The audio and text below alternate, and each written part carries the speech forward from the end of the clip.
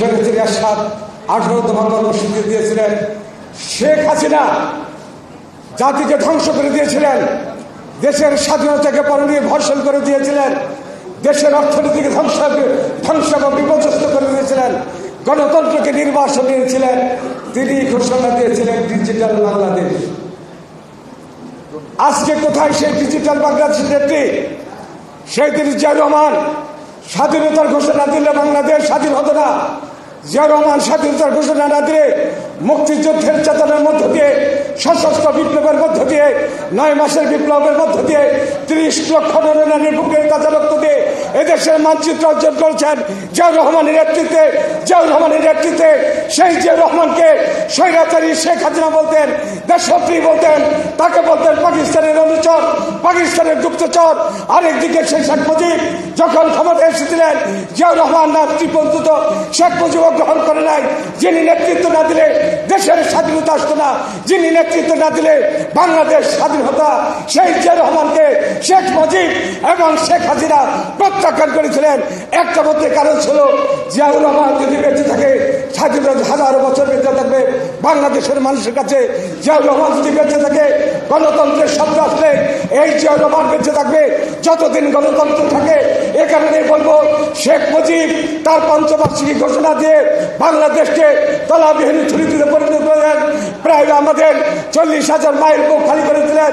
সমস্ত গণতন্ত্রকে ধ্বংস করে দিয়ে একদলীয় শাসন ব্যবস্থা কায়েম করেছিলেন ওই স্বৈরাচারী শেখ মুজিব 5বার্ষিকী ঘোষণা করে।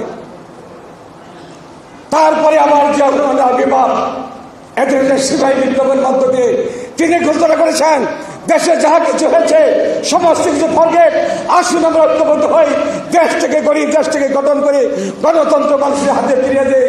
তার নেতৃত্বে বহুদলীয় গণতন্ত্র প্রতিষ্ঠা লাভ করে দিল। সমস্ত দলগুলো স্বাধীনতা অর্জন করেছিল। সমস্ত সংবাদপত্রের সাংবাদিকরা মনের বাধু দিয়ে সমস্ত রকম লিখতে পারতেন, বলতে পারতেন। তারপরে বেগম খালেদা জিয়া যতদিন ক্ষমতা ছিলেন, তার নেতৃত্ব গণতন্ত্রের প্রিয়বল, গণতন্ত্রের তৃণমূল পর্যন্ত পৌঁছে দিয়েছেন। সাংবাদিকদের স্বাধীনতার তাদের হাতে তুলে দিয়েছিলেন। এদেশের গণমানুষের বলার অধিকার ছিল, দেশটি উন্নয়নের শীর্ষে নিয়ে গেছিলেন। কিন্তু আমরা কি দেখলাম, দেশি বিদেশি ষড়যন্ত্রের মধ্যে দিয়ে ওই স্বৈরাচারী সরকার, ওই শেখ হাসিনার সেই শেখ মুজিবের স্বৈরাচারী শেখ মুজিবের প্রেতাত্মা শেখ হাসিনা আবার ক্ষমতায় এসে যে কাজটি শেখ হাসিনা করেছিলেন, খুন, গোল,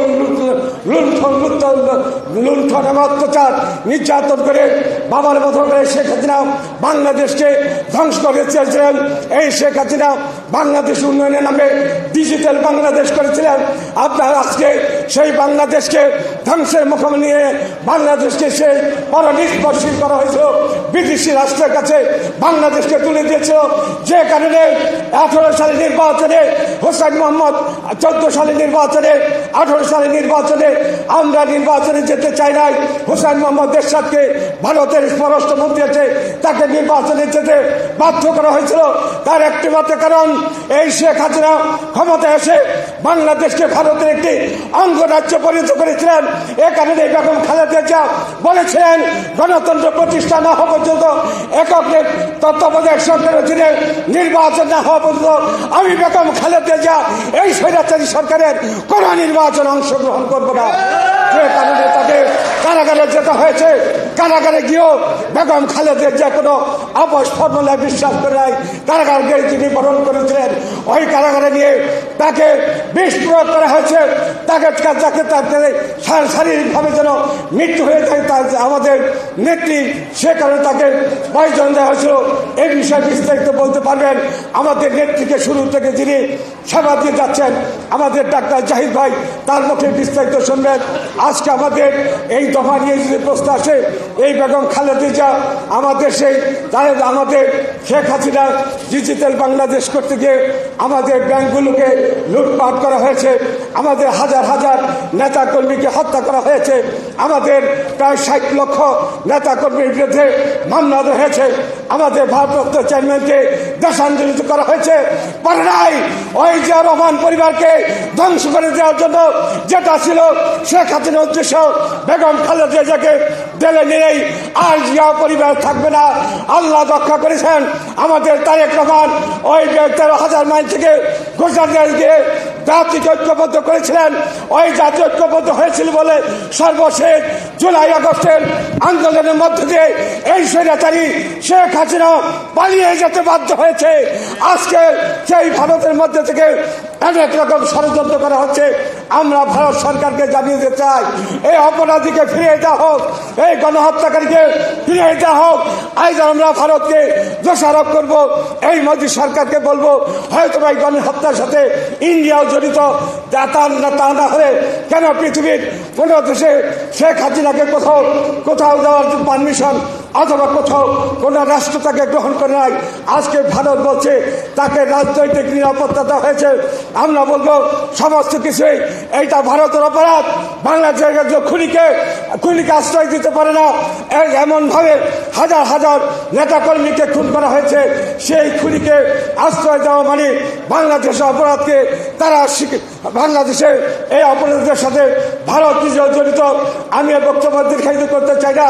আসুন আমাদের নেতা রাষ্ট্র মেরামতের জন্য রাষ্ট্র মেরামত কি, যেখানে আমাদের সমস্ত সংস্থাগুলিকে ধ্বংস করে দেওয়া হয়েছে। আমাদের অনেক নেতাকর্মী আজকে আমাদের দেশ থেকে দেশান্তরিত হয়েছে, পালিয়ে আছে। অনেক নেতাকর্মী কবরবাসী হয়ে আছে।